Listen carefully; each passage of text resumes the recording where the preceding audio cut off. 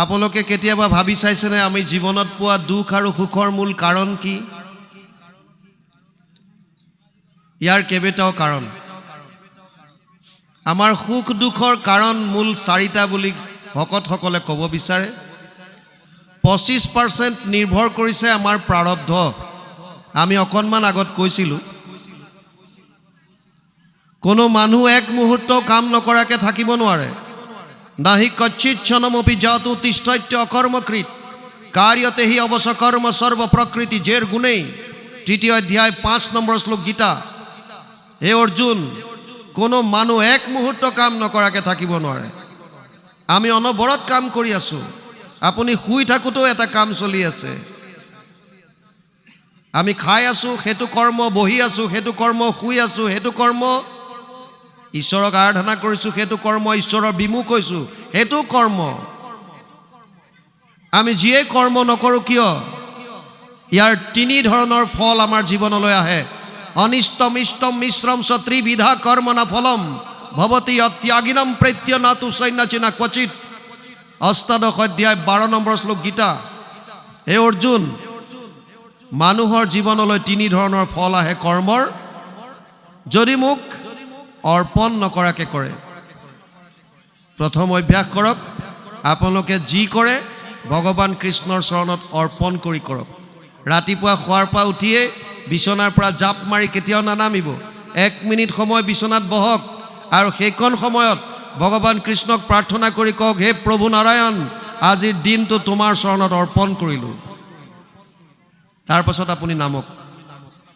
ক'ৰবালৈ যাবলৈ ওলাইছে, হে প্ৰভু, এই যাত্ৰা তোমাৰ চৰণত অৰ্পণ কৰিলোঁ, মাত্ৰ মনেৰে। আপুনি কিবা খাবলৈ লৈছে, হে প্ৰভু, এই অন্নমুঠি তোমাৰ চৰণত অৰ্পণ কৰিলোঁ। ভগৱানে অৰ্জুনক কৈছে, অহম বৈশ্যানৰ ভূত্বা প্ৰাণীনাম দেহমাশ্ৰিত প্ৰাণ অপান সমাযুক্ত পঞ্চমন্যম চতুৰ্বিধম। 5দশ অধ্যায় 14 নম্বৰ শ্লোক গীতা। হে অৰ্জুন, মই সমস্ত জীৱৰ উদৰত জঠৰগ্নি হিচাপে প্ৰতিটো মুহূৰ্তত আছোঁ, আৰু তেওঁলোকে যি ভোজন কৰে এই অন্ন মই হজম কৰোঁ। জঠৰগ্নি হিচাপে আমি যি অন্ন গ্ৰহণ কৰোঁ সেয়া ভগৱানে ইয়াত হজম কৰে। গতিকে আপুনি প্ৰভু ভগৱন্তক অৰ্পণ কৰিব যি খায়। খালি এটা কথা মনত ৰাখিব, আপুনি গ্ৰহণ কৰা খাদ্যভাগ ঈশ্বৰক অৰ্পণ কৰিবা বিধৰ প্ৰসাদৰ দ্বাৰা যোগ্য হয়নে নহয়। এনেকুৱা আহাৰ অৰ্পণ কৰক যি ভাগ আপুনি অৰ্পণ কৰিব পৰা বিধৰ হয়। আৰু আটাইতকৈ ডাঙৰ কথা, ৰাতি শোৱাৰ সময়ত কাল চিৰহানে হে খায়া তু কিউ সোহে নিশ্চিন্ত। মূৰৰ শিতানত মৃত্যু থিয় হৈ আছে, তই নিশ্চিন্ত মনে কেনেকৈ শোৱাৰ প্ৰাক মুহূৰ্তটো 1 মিনিট বহক আৰু সেইকণ সময়ত ঈশ্বৰক প্ৰাৰ্থনা কৰি কওক, হে প্ৰভু নাৰায়ণ, ৰাতিটো তোমাৰ চৰণত অৰ্পণ কৰিছোঁ। কোনো গেৰেণ্টি দিব নোৱাৰে আপোনাৰ চকু মুদাৰ পাছত, টোপনি অহাৰ পাছত পিছদিনাৰ সূৰ্য উদয় আপুনি চাব পাৰিবনে নাই, এইটো গেৰেণ্টি কাৰো হাতত নাই। মোৰ ডাঙৰজন ভিনদেউ ৰাতি শুই আছে, কিতাপ এখন পঢ়ি আছিলে, হয়তো বুকুতে আছে। ৰাতিপুৱা উঠা নাই। বাইদেৱে ভাবিছে শুই আছে, ৰাতি চাগে বেছিলৈ সময়লৈকে পঢ়িছে, উঠোৱা নাই। ছোৱালীজনীও আহি মাজতে ধেমালি কৰি গ'ল, দেউতা ইমান দেৰি খোৱা নাই, উঠা নাই। 9টামান বাজি গ'ল, উঠা নাই। আৰু যেতিয়া আঁঠুৱা চঠুৱা দাঙি চালে, দেখিছে বছ চব হাত ভৰি টান হৈ গ'ল। ৰাতি শুই থাকোঁতে শেষ। কাৰ কেনেকৈ মৃত্যু আহে আমি গম নাপাওঁ, কোনো গেৰেণ্টি নাই। আপুনি ৰাতি শুই থকাৰ পাছত পাছদিনা ৰাতিপুৱা আপুনি সূৰ্য উদয় চাব পাৰিবনে নাই, কোনো গেৰেণ্টি নাই। সেইকাৰণে শোৱাৰ সময়ত প্ৰাক মুহূৰ্তত এবাৰ ভগৱানৰ নাম লৈ শুৱক। ভগৱানে কৈছে গীতাত, অন্তকালে চ মামেবম স্মৰণ মুক্ত কলেবৰম ইয় প্ৰয়াতি চ মদ ভাৱবিয়াতি নাস্তৈত্ৰ সংশয়। 8ম অধ্যায় 5 নম্বৰ শ্লোক গীতা। হে অৰ্জুন, শেষ মুহূৰ্তত যদি কোনোবাই মোৰ নাম লৈ যদি শৰীৰ ত্যাগ কৰিলে, সেইজনে মোক পাব, ইয়াত কোনো সংশয় নাই। আৰু আপুনি শোৱাৰ সময়কণো আমাৰ কাৰণে হ'ব পাৰে অন্তকাল, শেষ সময়। সেইকাৰণে যিহেতু আমি নাজানো, ঈশ্বৰৰ নাম লৈ শুৱক। আমি যিমান কৰ্ম কৰিছোঁ যদি ঈশ্বৰক অৰ্পণ নকৰাকৈ কৰোঁ তেতিয়াহ'লে তাৰ তিনি ধৰণৰ কৰ্মফল আমি ভোগ কৰিব লাগে। অনিষ্টম ইষ্টম মিশ্ৰম চ ত্ৰিবিধা কৰ্মনা ফলম। ভাল বেয়া আৰু ভাল বেয়াৰ মিশ্ৰণ। যিমান কোটি কোটি বাৰ জন্ম ল'লোঁ তাৰ ফলবিলাক এখন একাউণ্টত জমা হৈ আছে, সঞ্চিত কৰ্ম। এটা শৰীৰ নষ্ট হোৱাৰ পাছত আমাৰ হিন্দু ধৰ্মৰ যিটো বিশ্বাস, পুনৰ জন্ম লৈ আপুনি যিটো শৰীৰ পাব তাত কি ভোগ কৰিব তাৰ কাৰণে সঞ্চিত কৰ্মৰ পৰা এটা অংশ আনিব লাগে। এইটো কয় প্ৰাৰব্ধ। যদি আপোনাৰ কেৱল পুণ্য আহিল, আপুনি দেৱৰ শৰীৰ পালে, স্বৰ্গত গ'ল, কেতিয়ালৈকে থাকিব? তে ত্বম ভুক্ত্বা স্বৰ্গলোক বিশালম চীনে পুইনে মৰ্তলোকম বিশন্তি। নৱম অধ্যায় 21 নম্বৰ শ্লোক গীতা। হে অৰ্জুন, স্বৰ্গত এটা জীৱ তেতিয়ালৈকে থাকিব যেতিয়ালৈকে তাৰ পুণ্য আছে। পুণ্য ক্ষয় ভৰিলে পুনু নৰকত মজয়। আৰু যদি পাপ আহে তেতিয়াহ'লে অধোজনী, কীট পতংগ পোক পৰুৱা জীৱ জন্তু, এয়া অধোজনী। আৰু পাপ পুণ্যৰ মিশ্ৰণ পালে আমি মানুহৰ শৰীৰ পাওঁ। শতকোটি জন্মান্তৰে হোৱে মহাভাগ, নৰ শৰীৰক জীৱে তেৱে পাৱে লাগ। বহুত কোটি জন্মৰ পুণ্যৰ ফলত আমি এইটো শৰীৰ পাইছোঁ। কেৱল মানুহৰ শৰীৰত ভক্তি দিছে। আপুনি ভক্তিৰ দ্বাৰা আপোনাৰ জীৱন সফল কৰিব পাৰে, সঞ্চিত কৰ্ম নাশ কৰিব পাৰে, যাতে আৰু আহিবলগীয়া নহয়। যেতিয়ালৈকে সঞ্চিত কৰ্ম থাকিব তেতিয়ালৈকে জীৱ পুনৰপি জননম পুনৰপি মৰণম পুনৰপি জননী জঠৰে শয়নম। বাৰে বাৰে জন্ম, বাৰে বাৰে মৃত্যু, এই সংসাৰ চক্ৰত ঘূৰিব লাগিব। সুখ দুখৰ 25% কাৰণ হৈছে প্ৰাৰব্ধ, যিটো আমি লৈ আহিছোঁ। তাত কিমান পুণ্য কিমান পাপ, এই মিশ্ৰিত কৰ্মত যাৰ যেনেকুৱা সেইমতে আমি ভোগ কৰিব লাগে। 25% নিৰ্ভৰ কৰিছে আইসকলৰ ওপৰত, মাতৃৰ ওপৰত। সন্তান গৰ্ভত থকা সময়ত তেওঁৰ খাদ্য অভ্যাস কেনেকুৱা আছিল আৰু মানসিক চিন্তাধাৰা কেনেকুৱা আছিল, 5টা জ্ঞানেন্দ্ৰিয়ৰ দ্বাৰা কেনেকুৱা ধৰণৰ জ্ঞান অৰ্জন কৰিছিল আৰু তেওঁ কি ধৰণৰ খাদ্য গ্ৰহণ কৰিছিল, ইয়াৰ সম্পূৰ্ণ প্ৰভাৱ গৰ্ভত থকা শিশুটোৱে পায়। তাৰ উদাহৰণ প্ৰহ্লাদ, তাৰ উদাহৰণ অভিমন্যু, তাৰ উদাহৰণ অষ্টবক্ৰ ঋষি। শাস্ত্ৰত বিভিন্ন পাব। মাকৰ লগত আপ্যায়নী নাৰীৰ লগত সন্তানটোৰ সংযোগ হৈ থাকে। সেইকাৰণে মাকে যি খায়, আনকি আপোনালোক জানি আচৰিত হ'ব, 5 মাহলৈকে গৰ্ভত থকা সন্তানটোৰ ছাল নহয়, চৰ্ম নাই।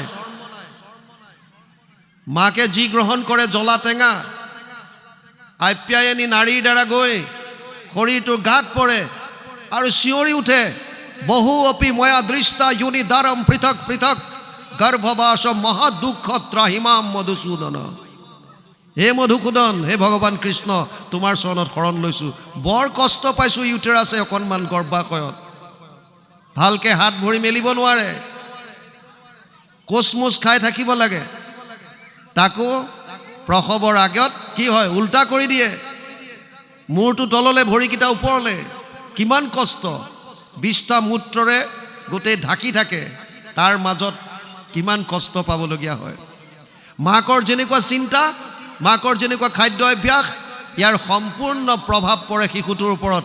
25% আইসকলৰ এইকাৰণে দিছে। সন্তান জন্ম দিয়াৰ প্ৰাক মুহূৰ্তত ভাগৱতৰ তত্ত্ববিলাক বুজি লোৱাৰ কাৰণে চেষ্টা কৰিব লাগে। আমি যদি 20 বছৰ 25 বছৰত বিয়া বাৰু কৰাই সন্তান জন্ম দিয়ে, কামনা বাসনাত লিপ্ত হৈ সেইকাৰণে সুসন্তান পোৱাৰ পৰা বঞ্চিত হৈ থাকোঁ। তত্ত্ববিলাক যদি বুজি লওঁ, সকলো কথা আছে ভাগৱতত, কেৱল অধ্যয়ন কৰক, গ্ৰন্থ হিচাপে অধ্যয়ন কৰক, কোনো নাপায় নোপায় একো নাই। মই প্ৰায়ে কওঁ, এজনী ছোৱালী যদি মাষ্টাৰ ডিগ্ৰী কৰি আছে আৰু তেওঁক যদি কীৰ্তনৰ দৰকাৰ হ'ল, আছামিজ লিটাৰেচাৰ যদি তেওঁ লৈছে, কীৰ্তনৰ পঢ়িবলগীয়া হ'ল, ভাগৱত পঢ়িবলগীয়া হ'ল, আৰু সেই সময়ত পৰীক্ষাৰ সময়ত তেওঁ যদি পেৰিয়ড হয়, কি কৰিব তেতিয়াহ'লে? পঢ়িবনে নাই? গ্ৰন্থ হিচাপে পঢ়ক, একো আপত্তি নাই, কিতাপ হিচাপে পঢ়ক। চৈতন্য কৰি ল'লে নীতি নিয়ম সকলো মানিবলগীয়া। আজি ইয়াত আপোনালোকে চৈতন্য কৰিছে, ইয়াত প্ৰপাৰ নীতি নিয়মৰ মাজেদি আহিছে, কিন্তু ইয়ালৈও সেইসকল আহিব পাৰিব যিসকলে নিজকে কায়িকভাৱে শুদ্ধ বুলি ভাবি আছে। তেওঁলোকৰ কাৰণে কোনো মানা হ'ব নালাগে, কোনো মানা নাই। স্ত্ৰী শূদ্ৰে কৰে যদি আমাত ভকতি, তাহাকো কহিবা ইটো জ্ঞান মহামতি। গুৰুজনাই কীৰ্তনত লিখিছে, বৈকুণ্ঠ প্ৰয়াণৰ প্ৰাক মুহূৰ্তত ভগৱান কৃষ্ণই উদ্ধৱক উপদেশ দিছে, বাক্য কৰ্ণ মন মুখ আছে মানে যাৰ, হৰি ভকতিত সমস্তৰে অধিকাৰ। সকলোৰে অধিকাৰ আছে, কেৱল বাপ সমস্তৰ নেকি? চবৰে অধিকাৰ আছে, আহিব পাৰে।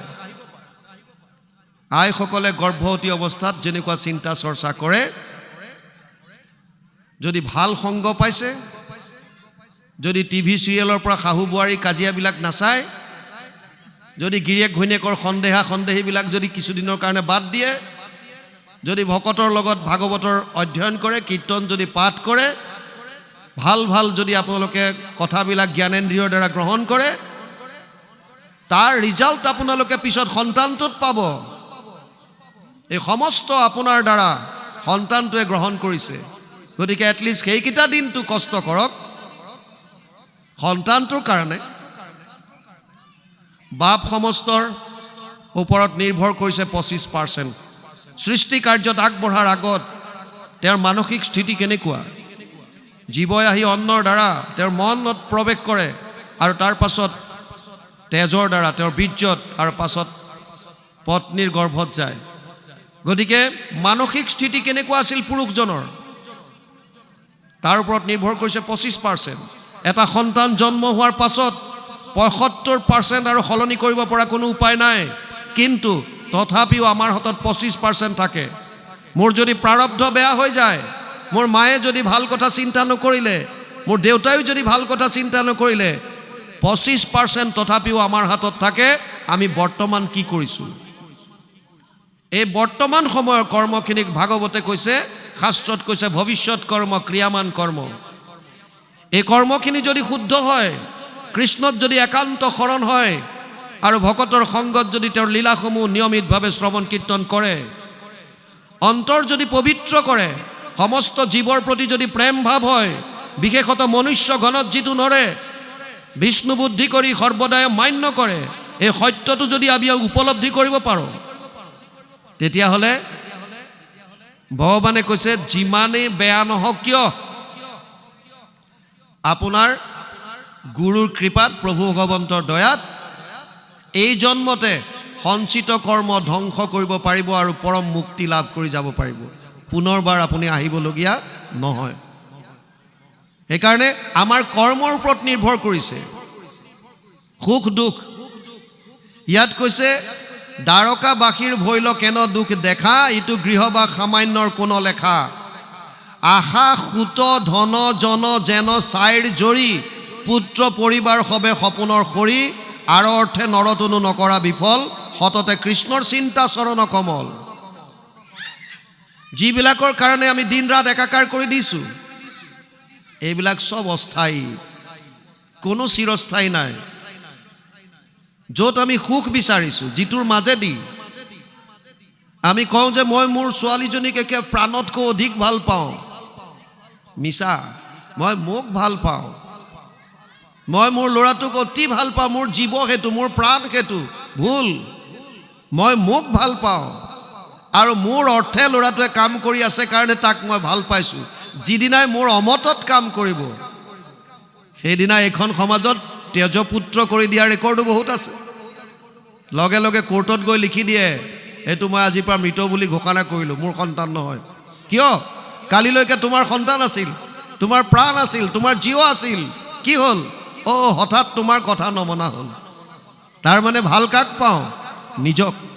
আমি স্বাৰ্থপৰ চব, নিজক ভাল পাওঁ। মোৰ অৰ্থে বাকীবিলাকে কাম কৰক, মই যেনেকৈ ভাল পাওঁ তেনেকৈ বাকীবিলাক চলক। সমাজত সেইটোৱে, পৰিয়ালত সেইটোৱে, দেশত সেইটোৱে। মই যিটো ভাল পাইছোঁ সেইটোৱে শুদ্ধ সত্য, আৰু বাকীবিলাক মোৰ মতে চলক। নচলিলে খেলি মেলি, নচলিলে কাজিয়া। সমাজত যিমানবিলাক খেলি মেলি লাগিছে কিহৰ কাৰণে? এজনে ভাবে যে মই কোৱাটোৱে শুদ্ধ সত্য, মোৰ মতে চলক, আৰু আনজনে কৈছে নহয় আপোনাৰ মতে কিয় চলিম, মোৰ মতে মই চলিম। ইয়াৰ কাৰণেতো সংবিধান দিছে আৰু আমাক দিছে শাস্ত্ৰ। অৰ্জুনক কৈছে তস্মাৎ শাস্ত্ৰম প্ৰমাণমতে কাৰ্য কাৰ্য ব্যৱস্থিত জ্ঞাত্বা শাস্ত্ৰ বিধানোক্তম কৰ্ম কৰ্তুমি অৰ্হসি। ষষ্ঠাদশ অধ্যায় 24 নম্বৰ শ্লোক গীতা। হে অৰ্জুন, তোৰ কাৰ্য আৰু অকাৰ্যৰ ক্ষেত্ৰত এটাই প্ৰমাণ হ'ব, এইটো হৈছে শাস্ত্ৰ। শাস্ত্ৰ প্ৰমাণ। শাস্ত্ৰ কি? শাস্ত্ৰৰ উত্তম গীতা ভাগৱত। গীতা ভাগৱত। বাকী আমি যাৰ অৰ্থে কৰি আছো যত যিমান আছে এইবিলাক সব মিছা। যদি আত্মাৰ আৰু আহিব যদি নালাগে বুলি ভাবে, উপায় এটাই দিছে। গীতাত 700 শ্লোক আছে। 700 শ্লোকত প্ৰথমতে অৰ্জুনৰ মনৰ সংশয় নিৰাকৰণৰ কাৰণে বিভিন্ন উপদেশ দি গৈছে। সিদ্ধান্ত দিছে শেষত সৰ্বগুহ্যতমম ভূয় শৃণুমে পৰমম বচ ইষ্টসীমে দৃঢ়মিতি তত বক্সামি তে হিতম। অষ্টাদশ অধ্যায় 64 নম্বৰ শ্লোক গীতা। হে অৰ্জুন, এতিয়া মই গোপনীয়ৰ পৰা গোপনীয় কথাটো তোক কওঁ, শুন। কি ক'লে? সৰ্বধৰ্মান পৰিত্যাজ্য মাম একম শৰণম ব্ৰজ অহম ত্ব সৰ্ব পাপেভ্যো মোক্ষয়িষ্যামি মা শুচ। অষ্টাদশ অধ্যায় 66 নম্বৰ শ্লোক গীতা। সৰ্বধৰ্ম এৰি এক শৰণ সাক্ষাৎ সুদৃঢ় বিশ্বাসে সখী লৈ কোৱা মাত নকৰিবা ভয় হেৰা কৰো অংগীকাৰ সমস্ত পাপত মই কৰিব নিস্তাৰ। সব বাদ দি কেৱল মোৰ ওচৰত আহা। আৰু আমি ধন ধান পুত্ৰ পৰিবাৰ বিভিন্ন ধৰণৰ কামত লাগি আছো। এইবিলাক সব কি বুলি কৈছে? পুত্ৰ পৰিবাৰ সপোনৰ খৰি বুলি কৈছে। আৰু অৰ্থে নৰতনো নকৰা বিফল সততে কৃষ্ণৰ চিন্তা চৰণ কমল, কাৰণ সেইজনেই আমাৰ প্ৰাণৰ বান্ধৱ। সংসাৰৰ যত দেৱ গুৰু বন্ধুজন যেবে সবে মিলি কৰে অনেক যতন তথাপি জানিবা নপাৰিবে সাধিবাক হৰি ভকতিৰ লক্ষ্য ভাগৰ ভাগক। যোনে যিমানেই বেলেগ চেষ্টা নকৰক কিয় হৰি ভক্তিৰ লক্ষ্য ভাগৰ এভাগো কৰিব নোৱাৰে। বিশেষকৈ কলি যুগত কলৌ দোষ নিধে ৰাজন অস্তি এক মহান গুণ কীৰ্তনা দেৱ কৃষ্ণস্য মুক্ত সংগ পৰম ব্ৰজেত।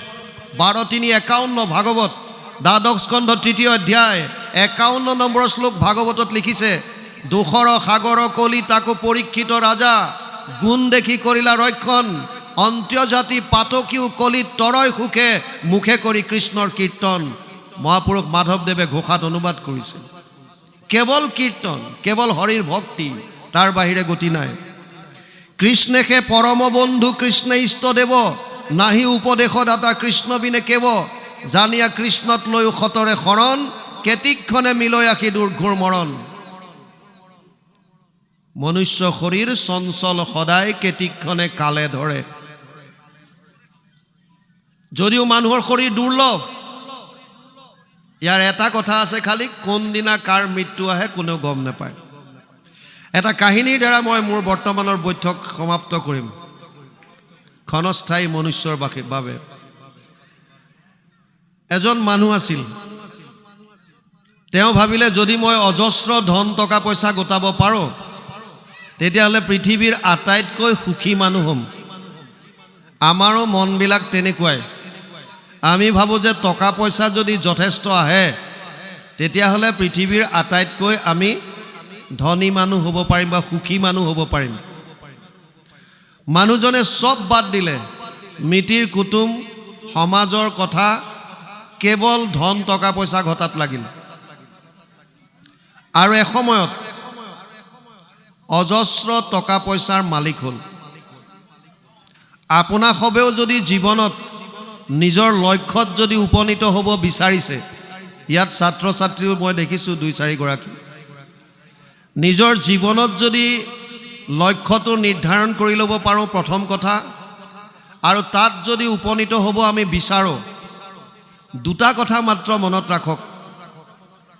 আমি প্ৰায় জেগাত কওঁ ভাগৱত শুনিবলৈ আহিলে কাগজ কলম লৈ আহিব লাগে। আমাৰ ব্ৰেইন ইমান শ্বাৰ্প নহয় যে সব মনত থাকিব। মনত থকাবিলাক লিখিব লাগে, নহ'লে মোবাইল আছে কিছুমান ৰেকৰ্ডিং কৰি ল'ব। দুটা কথা মনত ৰাখিবলগীয়া আছে যদি লক্ষ্যত উপনীত হ'ব লাগে। আমাৰ ভিতৰত দুটা শক্তি আছে, এটা হৈছে প্ৰতিকূল শক্তি আৰু এটা হৈছে অনুকূল শক্তি। এটাক কৈছে ফেভাৰেবল ফ'ৰ্চ, যিটোৱে আপোনাক লক্ষ্যত লৈ যোৱাত সহায় কৰে, আৰু এটাই বাধা দিয়ে, অবষ্টেকল। উদাহৰণৰ লগত বুজক, মেট্ৰিক দিব, HSLC এক্সাম দিব ছোৱালী এজনীয়ে। তাই মনতে সিদ্ধান্ত কৰিলে যে মই এবাৰ আটাইকেইটা বিষয়ত 100 মাৰ্কছ কৰি আনিম, 100/100 ইন অল ছাবজেক্ট, চবতে। আৰু লগে লগে ভিতৰত থকা যিটো অনুকূল শক্তি, এই শক্তিটোৱে ক্ৰিয়া কৰা আৰম্ভ কৰি দিলে। ছোৱালীজনী মনলৈ ভাৱ আহিছে, মই যদি আটাইকেইটা বিষয়ত 100 মাৰ্কছ আনিব লাগে, তেতিয়াহ'লে মই যেনেকৈ এতিয়া পঢ়ি আছোঁ এই ধৰণে পঢ়িলে নহ'ব, মোৰ পঢ়াৰ ষ্টাইলটো বেলেগ কৰিব লাগিব। হাৰ্ড ৰিডিং নহয়, মই স্মাৰ্ট ৰিডিং কৰিব লাগিব। প্ৰথম কাম কৰিলে ভিতৰৰ পৰা ভাৱ আহি আছে, সময়ৰ টাইম মেনেজমেণ্ট, কেনেকৈ সময়খিনি মেনেজ কৰিব। আমাক সকলোকে 24 ঘণ্টা দিছে, দুখীয়াজনকো 24 ঘণ্টা দিছে, ধনীজনকো দিছে, সফলজনকো দিছে, বিফলজনকো দিছে। সময়ৰ ব্যৱহাৰ কেনেকৈ আমি কৰিম, এইটো হৈছে 1 নম্বৰ কথা। 3টা ভাগ কৰক, 8 ঘণ্টা 8 ঘণ্টা 8 ঘণ্টা। খোৱা আৰু খোৱাৰ কাৰণে 8 ঘণ্টা ছাফিচিয়েণ্ট, যথেষ্ট। 2 ঘণ্টাৰ ভিতৰত গা ধোৱা, খোৱা ইত্যাদি কৰি 6 ঘণ্টামান শুই দিলে আমাৰ কাৰণে যথেষ্ট। 8 ঘণ্টাত খোৱা আৰু খোৱাটো যদি আমি সামৰোঁ, 8 ঘণ্টা প্ৰয়োজন হয় দৈনিক কৰ্মৰ কাৰণে, স্কুলীয়া ল'ৰা ছোৱালী স্কুলৰ কাৰণে, কাম কৰা মানুহৰ কৰ্মৰ কাৰণে 8 ঘণ্টা ছাফিচিয়েণ্ট। ইয়াতকৈ বেছি যদি কোনোবাই লগায়ো তেতিয়া অভাৰ টাইম দিব লাগে, মেক্সিমাম 8 hours a day। নহ'লে লেবাৰ অফিচৰ পৰাও গম পালে তেওঁলোকক পানিছ কৰিব পাৰে, শাস্তি দিব পাৰে। 8 ঘণ্টা, 16 ঘণ্টা গ'ল, বাকী থাকিল 8 ঘণ্টা। এই 8 ঘণ্টা আমি কেনেকৈ লগাইছোঁ, এইটো খালী টাইম বুলি কয়। এই 8 ঘণ্টা কোনে কেনেকৈ ব্যৱহাৰ কৰিছে তাৰ ওপৰত নিৰ্ভৰ কৰিছে তেওঁৰ লক্ষ্যস্থানত উপনীত হ'ব পাৰিব নে নোৱাৰে। আমাৰ বহুতে এই 8 ঘণ্টা কেৱল মোবাইলটো চাই বিভিন্ন ধৰণৰ এণ্টাৰটেইনমেণ্টত পাছ কৰি দিয়ে। মোবাইলটোক মই বেয়া বুলি কেতিয়াও নকওঁ, চাকু এখনেই, ডাক্তৰেও ব্যৱহাৰ কৰে, ডকাইতেও ব্যৱহাৰ কৰে। ডাক্তৰে ব্যৱহাৰ কৰে কাৰোবাৰ পেট ফালি অপাৰেশ্যন কৰি প্ৰাণীটোক বচাবলৈ, আৰু ডকাইতে ব্যৱহাৰ কৰে কাৰোবাৰ ডিগিত ডেগাৰ ৰাখি তাৰ পৰা ধনখন লুটিবলৈ। ডেগাৰখনৰ কি ভুল আছে, চাকুখনৰ কি ভুল আছে? মোবাইল, যিটো মোবাইল আমি ব্যৱহাৰ কৰি পেলাই হয়তো সময় পাছ কৰাই আছোঁ, এই মোবাইলৰ ওপৰত ভিত্তি কৰি বহুতে UPSC এক্সাম ক্ৰেক কৰিছে, পাছ কৰিছে, সফল হৈছে। ভাৰতৰ আটাইতকৈ টাফ এক্সাম হৈছে UPSC, IAS IPS য'ৰ পৰা হৈ আছে। কেৱল মোবাইলৰ ওপৰত ভিত্তি কৰি পেলাই তেনেকুৱা টাফ এক্সাম পাছ কৰাৰ ৰেকৰ্ডো আছে।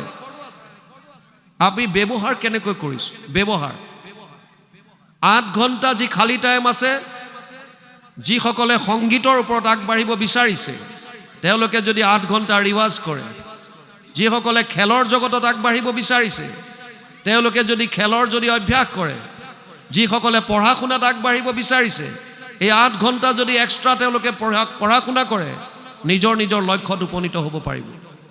ছোৱালীজনীয়ে থিৰাং কৰিলে, মই ৰাতিপুৱা 4 ঘণ্টা পঢ়িম আৰু ৰাতি 4 ঘণ্টা ঘৰত পঢ়িম এক্সট্ৰা, মোৰ খালী টাইমখিনি মই পঢ়াত লগাম।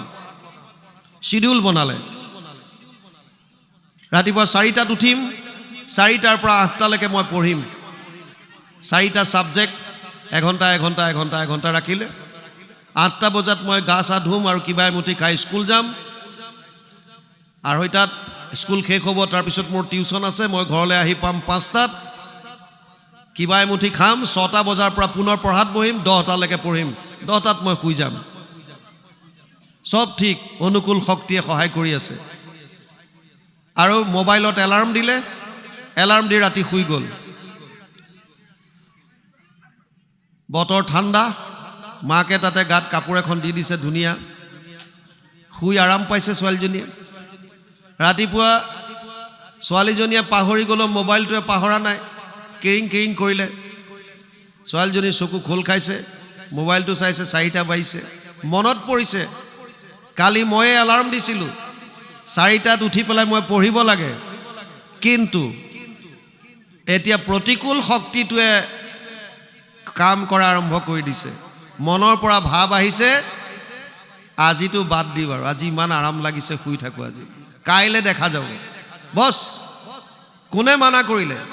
না মাকে, না বাপেকে, না ককায়েকে, না ভনীয়েকে, নিজৰ ভিতৰৰ পৰা আহিছে ভাৱ। সেইকাৰণে অৰ্জুনক গীতাত কৈছে উধৰেদ আত্মনাত্মানম না আত্মানম অৱসাদয়েত আত্মৈব হি আত্মনো বন্ধু আত্মৈব ৰিপুৰাত্মন। 6ষ্ঠ অধ্যায় 5 নম্বৰ শ্লোক গীতা। হে অৰ্জুন, তই যিটো অৱস্থাত আছ তাৰ পৰা ওপৰলৈ উঠিবলৈ চেষ্টা কৰ। এটা কথা মনত ৰাখিবি, ইয়াত কিন্তু তোৰ মনটোৱে শত্ৰু আৰু মনটোৱে বন্ধু। আপুনি আপোন বন্ধু, আপুনি আপোন শত্ৰু, আপুনি আপোন ৰাখে মাৰে। মহাপুৰুষ মাধৱদেৱে ঘোষাত অনুবাদ কৰি দিলে, আমি পঢ়িলে গম পাম। এই মানুহজনে চব বাদ দিলে, লক্ষ্যস্থান নিৰ্ধাৰণ কৰিলে। ইণ্টাৰেষ্টিং কথা আকৌ, লক্ষ্যস্থান নিৰ্ধাৰণ কৰাৰ ক্ষেত্ৰতো অভিভাৱকসকল বিশেষভাৱে সচেতন হ'ব। ঘোঁৰা, গাধ, মাছ, কাছ, বান্দৰ চবকে খেজুৰ এজোপাৰ সন্মুখত লৈ গৈ উঠিবলৈ দিলে উঠিব নোৱাৰে। পৃথিৱীত এনেকুৱা এজোপা বৃক্ষ নাই যিজোপা বৃক্ষ কোনোবা ঔষধিত কামত নাহে। পৃথিৱীত এনেকুৱা এটা জীৱ নাই যিটো প্ৰকৃতিৰ কামত নাহে। পৃথিৱীত এনেকুৱা এজন ব্যক্তি নাই যাক এটা বিশেষ গুণ দি পেলাই পঠিওৱা নাই। প্ৰত্যেকজনৰ ভিতৰত একোটা বিশেষ ধৰণৰ গুণ আছে। অভিভাৱকৰ দায়িত্ব সৰুৰে পৰা আপুনি অবজাৰ্ভ কৰক, চাওক কি গুণ আছে মোৰ সন্তানটোৰ, তাক বৃদ্ধি কৰিবলৈ চাওক। আৰু লগতে আধ্যাত্মিক শিক্ষা দিয়ক, তেতিয়া চাব কেনেকৈ আপোনাৰ সন্তান উজ্বলিছে। কেৱল চবেই যদি IPS IAS হৈ যায়, কাক সন্তানে কাৰ ওপৰত শাসন কৰিব? চব যদি প্ৰশাসনিক বিষয়া হৈ যায়, নোৱাৰে। সেইকাৰণে প্ৰথমতে নিজৰটো চাওক, মোৰ কি গুণ আছে। ৰাতি 12টা বজাত জগাই দিলোঁ, যিটো কৰ্ম হাঁহি হাঁহি কৰিবলৈ আগবাঢ়ি যায় গম পাব সেইটোতে আপোনাৰ ইণ্টাৰেষ্ট বেছি। আপুনি খেলত ইণ্টাৰেষ্ট থকাবিলাকক ৰাতি টোপনিৰ পৰা জগাই যদি কৈ দেই ফুটবল খেল দিছে বল উঠ, সি ঘপকৈ উঠিব, কিয়? তাৰ খেলত ইণ্টাৰেষ্ট। যিসকল গানত ইণ্টাৰেষ্ট, শুই আছে, ঠাণ্ডা দিন বিৰাট লৈ শুই আছে, ৰাতি যদি কৈ দিয়ে অমুক প্ৰগ্ৰেমটো দিছে উঠ, সি জাপ মাৰি উঠিব, কিয়? তাৰ গানত ইণ্টাৰেষ্ট। আপুনি গম পাব আপোনাৰ কিহত আছে। এই মানুহজনে চব বাদ দিলে, কেৱল টকা আৰু এসময়ত অজস্ৰ ধন সম্পত্তিৰ মালিক হ'ল, বহুত টকা পইচা আহিল। পিছে যিটো ভাবিছিল যে অজস্ৰ ধন টকা পইচা হ'লে পৃথিৱীৰ আটাইতকৈ মই সুখী মানুহ হ'ম, মনত আকৌ এটা বেয়া চিন্তা আহি গ'ল, যদি মোৰ মৃত্যু হয় এই টকা পইচাবিলাক কি হ'ব? মই যে ইমান য'তে ত'তে মাটি বাৰী কিনিলোঁ, ঘৰ দুৱাৰ বনালোঁ, মই যদি মৰি থাকোঁ এইবিলাক কি হ'ব? লাগিল লেঠা। চিন্তাত আকৌ ডুব গ'ল। আকৌ বিচাৰি গৈ এজন তান্ত্ৰিকক লগ পালে আৰু সুধিলে গৈ, বোলে কিবা এটা উপায় কৰক, মোৰ যাতে মৃত্যু নহয়। বোলে এনেকুৱা এইটো কোনো লাভ নাই। জাতস্য হি ধ্ৰুৱ মৃত্যু ধ্ৰুৱ জন্ম মৃতস্য চ। 2য় অধ্যায় 27 নম্বৰ শ্লোক গীতা। অৰ্জুনক কৈছে, হে অৰ্জুন, জন্মিলেতো মৃত্যু কনফাৰ্ম, আৰু মৃত্যু হ'লে পুনৰ জন্মও নিশ্চিত যদি মুক্তি নাপায়। বোলে উপায় তুমি এটা কাম কৰা, এই মৃত্যুৰ ডিপাৰ্টমেণ্টৰ যিজন মন্ত্ৰী সেইজনক ধৰা। বোলে কোন? যমৰাজ। যমৰ পূজা কৰা। আৰু লগে লগে মানুহটো আহি যমৰ মূৰ্তি এটা বনালে, মহৰ শিং লগাই দিলে, মূৰ্তি বনি গ'ল আৰু পূজা কৰিবলৈ ধৰিলে। যমলোকত যমৰাজে ভাবিছে মোৰ নাম শুনিলে পৃথিৱীৰ মানুহ পলাই, ই বেটা কোন আহিছে মোক মাতিবলৈ। আকৌ মনতে ভাবিছে কাষ্টমাৰ নেপাওঁৱেই মই, বড়ি মুস্কিলত এটা পাইছোঁ, গতিকে অহাই ভাল। সেইকাৰণে সোনকালে আহিল আৰু আহি ক'লে, বছ ইমানকৈ মোক কিয় মাতিছা? এতিয়া সেই মানুহজনৰ মনত আকৌ সন্দেহ হৈ গ'ল। যমৰ পূজা কৰিবলৈ লৈছিলোঁহে, যম আহি দেখোন পালেহি, এইটো অৰিজিন পিচটো হয়নে নহয়? সুধিছে যে তুমি সেইজন হয়নে নহয়, নে পোচাক চোচাক পিন্ধি আহিছে ভাৱৰীয়া সাজি? বোলে নাই, ডাইৰেক্ট যম লোকৰ পৰা আহিছোঁ। কিয় মাতিলা? বোলে হ'ব কথা বতৰা পাতিম, আগতে অকণমান অতিথি আপ্যায়ন হৈ লওক। ফ্ৰিজ খুলিলে ঠাণ্ডা বটল এটা আনিলে কিবা আৰু অলপমান স্নেক্স ভুজিয়া চুজিয়াৰ লগত খুৱাই দিলে জমে এইবিলাক খাই লোৱাৰ পাছত কিবা দেখোন টোপনি টোপনি ভাৱ আহিছে নিচা নিচা লাগিছে আৰু ক'লে বোলে মোৰ কিবা অলপ গাটো বেয়া লাগিছে নিচা নিচা লাগিছে টোপনি অহাৰ নিচিনা লাগিছে আধা ঘণ্টামান জিৰাব পাৰিমনে বোলে একদম বিচনা ৰেডি আছে বিচনা ৰেডি কৰি থোৱা আছে আধা ঘণ্টা শুলে তাৰপাছত ক'লে কোৱা এতিয়া কি লাগে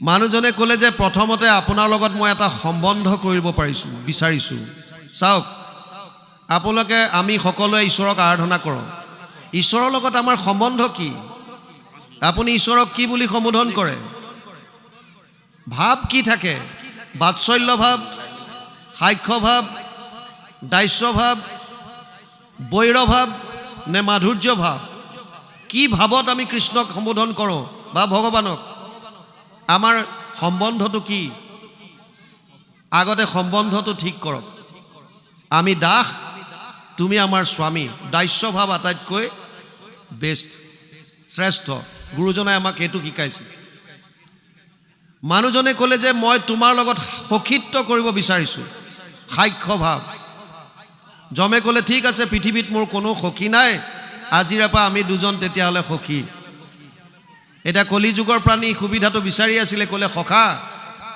আমি দুটা যেতিয়া সখা হ'লোৱে তুমি মোক অকণ কৃপা কৰিব লাগে বোলে কি মোৰ যাতে মৃত্যু নহয় দিনতো নহওক ৰাতিও নহওক অস্ত্ৰৰে নহওক শস্ত্ৰৰে নহওক ভিতৰত নহওক বাহিৰত নহওক হিৰণ্যকশিপুৱে যেনেকৈ বিচাৰিছিল ইও তেনেকৈ বিচাৰিলে জমে ক'লে এইটো অসম্ভৱ জন্ম ল'লে মৃত্যুটো নিশ্চিত গতিকে তুমিতো মৰিবই লাগিব এইটো উপায় নাই এটা উপায় আছে বোলে কি সংসাৰ চক্ৰৰ পৰা তুমি মুক্তি পাব পাৰিবা যদি শেষ মুহূৰ্তত হ'লেও কৃষ্ণৰ নাম লোৱা অন্তকালে চ মামেবম স্মৰণ মুক্ত কলেবৰম ইয় প্ৰয়াতি সব মদ ভাৱম ইয়াতি নাস্তৈত্ৰ সংশয় অষ্টম অধ্যায় 5 নম্বৰ শ্লোক গীতা অৰ্জুনক কৈছে হে অৰ্জুন শেষ মুহূৰ্ততো যদি কোনোবাই মোৰ নাম লয় তেতিয়াহ'লে সি মোক পাব ইয়াত কোনো সংশয় নাই আৰু ক'লে মই কেনেকৈ গম পাম এতিয়া যমক সুধিলে মোৰ মৃত্যু কেতিয়া আহে অন্তকাল কোনটো মই কেনেকৈ জানিম যমে ক'লে তোমাক নিবলৈতো কোন আহিব নহ'লে মই আহিম আৰু নহ'লে মোৰে কোনোবা এজন দূত পঠাম গতিকে চিন্তা কৰিব নালাগে আগতীয়াকৈ তোমাক খবৰ দিম আৰু যেতিয়া খবৰ দিওঁ তেতিয়া এটলিষ্ট তুমি ঈশ্বৰৰ নাম ল'বা হৈ গ'ল যম গুচি গ'ল আৰু ইফালে ই ভাবিলে যেতিয়া যমে খবৰ দিবই গতিকে কৃষ্ণৰ নাম এতিয়া কিয় লওঁ আকৌ টকা ঘটাত লাগিল ভাবিলে খবৰ পালে ল'ম আৰু কৃষ্ণৰ নাম যেতিয়া শেষ মুহূৰ্ত আহিব কেইবা বছৰো গ'ল হঠাৎ যমৰাজ আহি উপস্থিত হ'ল হাতত যম দণ্ড লৈ আৰু ক'লে সখা সময় হৈ গ'ল এতিয়া বোলা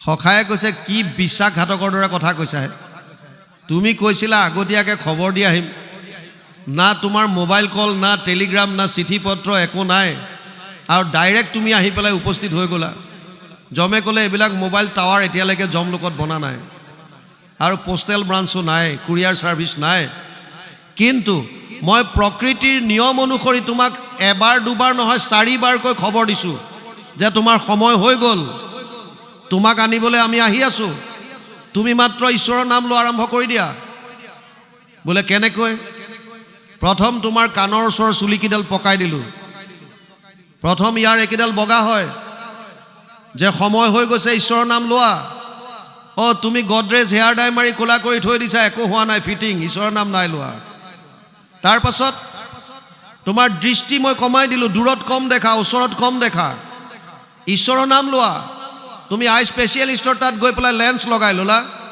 যে ক্লিয়াৰ আছে মোৰ একদম ভিজন ক্লিয়াৰ দৃষ্টি ক্লিয়াৰ তাৰ পাছত তোমাৰ 2-এটা দাঁত খৰাই দিলোঁ ভাই সময় হৈ গ'ল তুমি ঈশ্বৰৰ নাম লোৱা তুমি ডেণ্টিষ্টৰ তাত গৈ আকৌ দাঁত লগাই ল'লা তাৰ পাছততো তোমাক মই পুৰা ৰূপে খবৰ দিছোঁ কেনেকৈ অংগম গলিতম পলিতম মুণ্ডম দশন বিহীনম জাতম তুণ্ডম বৃদ্ধ ইয়াতি গৃহীত দণ্ডম তদাপিনা মুঞ্চতি আশাপিণ্ডম অংগম গলিতম মানুহৰ বয়স হৈ অহাৰ লগে লগে ছালবিলাক খুতৰা খুতৰি হৈ যায় মিছ ইউনিভাৰ্চ হওক মিছ ৱৰ্ল্ড হওক মিষ্টাৰ ৱৰ্ল্ড হওক যিয়ে নহওক কিয় বয়স হৈ অহাৰ লগে লগে ছালবিলাক খটৰা খটৰ হৈ যায়।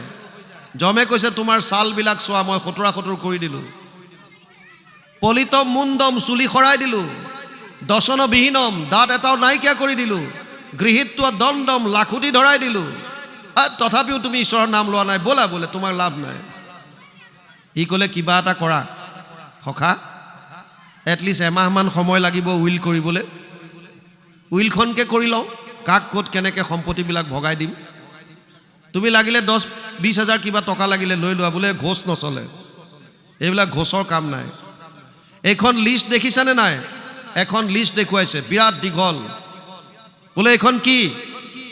এইবাৰ যিমান মৃত্যু লোকৰ পৰা মানুহ উঠাম চবৰে নাম ইয়াত আছে। বোলে মোৰ নামটো ক'ত? কৈছে তোমাৰ নাম একেবাৰে ওপৰত, সেইকাৰণে তোমাৰ ওচৰত আহিছোঁ। তুমি আৰু দেৰি কৰিব নালাগে, এতিয়া ৰেডি হোৱা, বোলা যাবৰ হ'ল আৰু। বোলে অকণমান 1 মিনিট। কিয়? অকণমান অতিথি আৰু শুশ্ৰূষা হৈ লওক আৰু যামেই যেতিয়া। আকৌ ফ্ৰিজ খুলিলে, আনিলে ঠাণ্ডা বটল, আকৌ খুৱাই দিলে ভুজিয়া চুজিয়াৰ লগত, স্নেক্সৰ লগত। এইবিলাক খাই লোৱাৰ পাছত জমৰ একে নিচাজাতীয় লাগিছে, টোপনি আহিছে। বোলে অকণমান জিৰাই লওঁ, বোলে একদম আৰামত। ই কলিযুগৰ প্ৰাণী, ই ভাবিছে বেটা তই কিমান চালোঁ। ই বগা ৰং আনি হোৱাইটেনাৰ আনি পেলাই ওপৰৰ নামটো মোহাই পেলালে আৰু একেবাৰে লিষ্টৰ তলত লিখি থৈ দিছে। ভাবিছে বেটা তই এতিয়াতো মোৰ নামটো নেদেখ ওপৰত, তই এয়া মানুহ আনিবলৈ যোৱালে মই উইল বনাব পাৰিম। আধা ঘণ্টা শুওঁতে এইফালে এইটো কাম কৰি পেলাই লিষ্টখন জেগাত থৈ দিছে। যমৰাজ সাৰ পাই উঠি লেঙামুৰি দিছে গা আৰু ক'লে সখা বহুত শুশ্ৰূষা কৰিলা তুমি, মই ভাবিছোঁ ওপৰৰ পৰা নিনিওঁ, তল ফালৰ পৰা নিওঁ।